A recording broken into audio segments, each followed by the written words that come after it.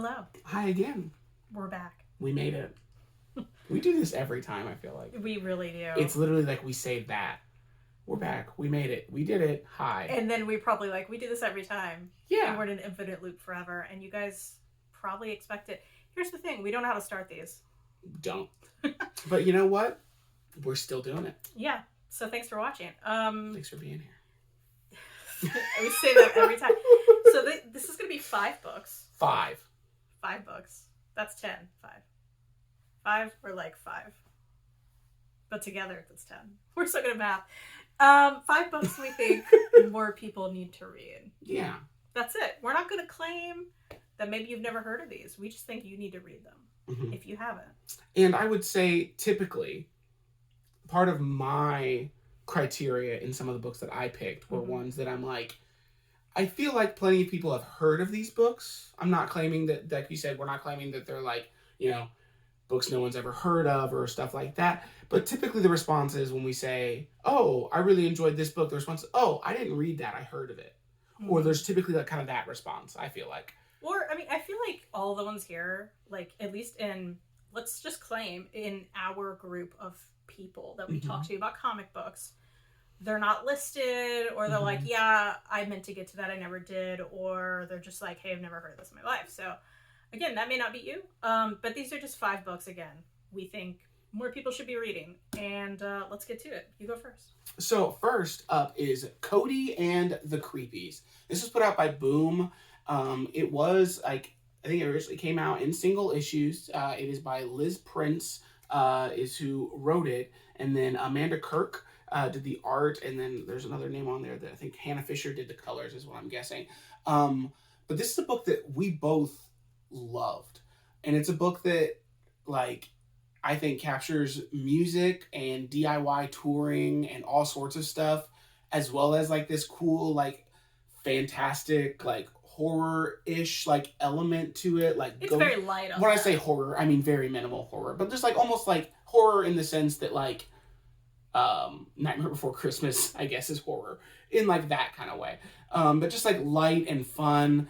And I loved this book. I felt like more people should read it.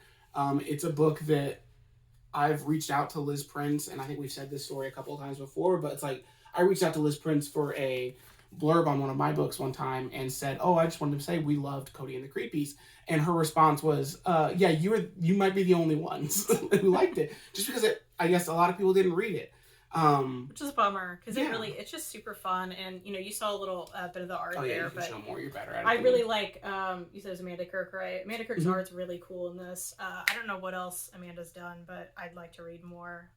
It was just such a blast, The color palette was great, so Hannah Fisher did great on colors. It was all just really fun. And again, very light on spooky themes, but there's some ghosts in here, the Creepies, of course.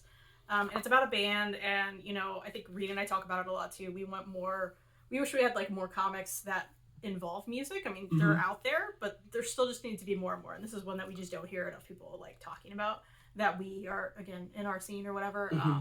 So if you've read this one, let us know. Or if you haven't, check it out. I think it's still on Hoopla. Yep, you definitely. Check it out there, or pick it up somewhere. So yeah, it's a great book. It's super fun. It's a good time. Another Cody. Oh. No Creepies this time, just Cody. Cody by Jared Cullum. Oh my gosh, if you guys are not familiar with Jared Cullum's art, first off, it's beautiful. It's all watercolor, yeah? Yeah, super. It's gorgeous. He also has a YouTube channel that he shows his process on some of these pages, and it's just it's so fantastic to look at and just such a joy to read. It's beautiful. This is put out by Top Shelf, and again, Jared Cullum writes and does the art, and it's really just a story about this bear Cody and this little girl and their friendship that they form. It's so lovely. It's wholesome. It makes you feel good. It's a really I'd say light, quick read in a way that it's just such a breath of fresh air. You read something dark that makes you upset, pick this up. It's gonna be a good time, and it's one of those I think we both read it from the library. Yeah. Or maybe on Hoopla or something. I read mine on Hoopla, I remember. Yeah, and then I was just we need to pick this up the next time we see it physically, and we did. We just immediately bought it, which we don't do a lot. I read a lot of stuff on Hoopla that I love, and I never feel the need to buy it, but like this one we had to have. And just, I need Jared Cullum to come out with more stuff. I feel like it hasn't happened, and this was so good that like I hope it does. So. It's such a good book, and like we're not like telling you a whole lot about it because I feel like honestly there's not like a bunch of spoilers in the book or anything, but it's just more fun to go in it blindly. Like, and yeah, you have to suspend a little bit of disbelief because it's the friendship between this little girl and a bear. It's a comic book. But yeah, as well, it's just a very wholesome, genuine, just lovely story. Yeah, just the little like quick blurb at the top of this, not blurb, but like the little tease for this tagline for the story is the story of two friends separated by everything in the world except love. Oh, it's lovely. It is. You should read it. It really is. It's such a gem. It's a good pick. Next up for me is Freddy and Me by Mike Dawson. This is the Bohemian. Did he say Bohemian Rhapsody? Yeah, the coming of age Bohemian Rhapsody of Mike Dawson. And so this is like a collect. I felt like it was like short stories, but it's one big story. Just Mike Dawson, the author, artist, and writer, his connection with Queen and with his love of Freddie Mercury, and then growing up also like at a time where it's like classic rock was kind of lame. There's a lot of that, like, people kind of being like, oh, you like Queen, really? Like, Queen's your favorite band? Like, all this stuff.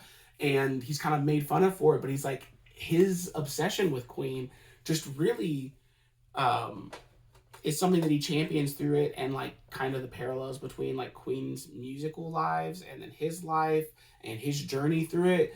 And I love it so much. This was one of the first books that I remember picking up and reading and realizing like what a graphic memoir could be, and that it didn't have to be like this intense dark story, but it can be just like your story is still important despite how you may think it may be perceived, or despite like what you may think like was important that happened and things like that. It is just such a joy to read. I'll show some of the art here of just like him as a kid, and I really love Mike Dawson's work in general. He's had a lot of stuff come out recently with his like young adult novels, The Fifth Quarter, and I think there's like the sequel to it that I'm blanking on right now, but it's about basketball and things like that. So he's done a lot of stuff, but he's also done just a lot of cool nonfiction work. I know, Kristen, are you still reading The Rules for Dating My Daughter? Yeah, at some point. Which is like that's another book of I am enjoying it. That I really enjoy. And so it's just I love this book. I don't feel like, I think Mike Dawson's work is known, but I don't think I haven't heard a lot of people talk about Freddy and Me. It's one that like anytime I bring up like my work, if you're familiar with any of my books that have come out, like Freddy and Me is very similar, I think, or maybe not even similar, directly influenced from, especially for like hardcore anxiety, because I saw what you could do with a book like that, and I was able to then create my own book from kind of reading this and just being like, this is what you can do. It just really opened my eyes to that. So that's awesome. Yeah, and that's a great one. I loved it too. This is a recent read that I got that you gifted me. Thanks, I did. This is Space Trash. It is volume 1. This is put out by Oni Press, and it's quite big. It's big, but it's thin, which I like that. I like it a lot. Also, it was a fairly quick read, and I really enjoyed that too. But this is by Jen Woodall, and I just saw this cover, and I was like, I knew I need to have it, right? I was just like, I don't need to know more. This is it.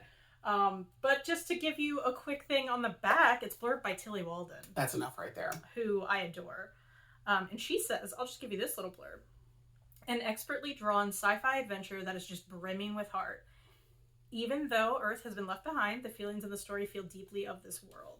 So it is about this group of girls who are kind of like in a girl gang, kind of, and Earth is gone. They're living in space, basically, and they're not happy about it. They're super not happy about it. I love their attitudes. They're all kind of angry teens, and they all have a chip on their shoulder, and just the art is really freaking good, and I just loved all the characters. They were super fun, and by the time you get to the end, you're gonna be like, okay, where's the next volume? Like, I'm really excited to see where the story goes. This was just a blast, so I hope more people get into this. Again, maybe a lot of people are reading it, I'm not seeing it, and hopefully you have, but if not, like, pick it up and enjoy the series, and hopefully we get more and more. Yeah, absolutely. And I want to say, like, I haven't read the book yet. I need to, but I love Jen Woodall's art, and I've read a lot of her, or at least the first couple volumes. She did some work for Silver Sprocket, Magical Beatdown, which was kind of like, I don't know if it was risograph printed originally because I read it digitally, but it looks like it was risograph printed. It's super cool, and it's kind of like Sailor Moon, but like Frank Miller. Was kind of like the idea a little, or just it was way more violent. I mean, I say that just in my rough remembrance of it. But I think it's just super cool to see this book. Like when she had originally talked about it, and before I bought it for you as a gift, I remember being like, "Oh, I know that name. That's really exciting." That Jen Woodall is getting something out in like this big format, but also like put out by Oni Press, which is neat. Yeah, it was super fun. Lastly, we're both going to talk about this because this is one that I think both of us I loved it. Really loved. And I do this every time. Never know how to say this creator's last name, and I apologize to you. I know it's French, and that's probably the reason. Max de Radiguez. You don't even try. That's the problem. I tried. We could just get this close. You guys can read it. It's yeah. And so it's called Bastard. And we loved this book. And it's so, like... It's wild. I don't even know how to say it. I don't know how to describe it either. It's put out by Fantagraphics. This is the first thing we read from this creator as well. And I gotta say, like, you know, we have read some stuff after this. Some of it we liked more than others. But, like, I feel like nothing compares to Bastard so far that we've read, and I certainly want to read more. The art's very simplistic, but like in a nice way. I really like the art. I thought it did very well for the story, and you're just basically, you know, following this mother-son kind of on the run, right? Yeah. And there's so much adventure, and some stuff I cannot show you, and just a lot going on. But like a ton of heart, and like so much heart. I mean, her like. You know, look at this cover. It's just a great cover. Is one of my favorite covers, like, that I've seen. Like, it's because it's so simple. The coloring is so simple. That simple color palette, just that bright, like, just that perfect orange, and then just the image of them two. I just remember being like, we need to read this. That was just like my initial thought immediately. Yeah, so, I mean, real quick, we'll just read the back because it's perfect. Just a part of the back. So, after taking part in a historic heist, 52 simultaneous robberies in the same city, May and her young son Eugene are now on the run, not only from the law and double-crossing former accomplices, but also their violent past. Bloody yet tender, and then it goes on from there. Because it's bloody yet tender, it's brutal, but there's so much more heart in this than I thought there would be, and it was just so great. I got to the end and I was like, hey, 5 out of 5. Like, it was no question in my mind. So this is something that I want more people to read.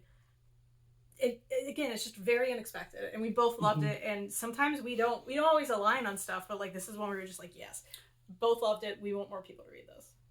Absolutely, and I think that book is like the perfect example of like what we wanted to accomplish with this video, just being like, you may have heard of this creator, you may have heard of this book, but like when we stumbled across it, we didn't, and it just like popped in our heads, and we were just like, it just clicked, and we were just like, this is such a great book. This is so great. Oh, you're grabbing all the books. I should probably hold them all up. Let me see. Let me grab.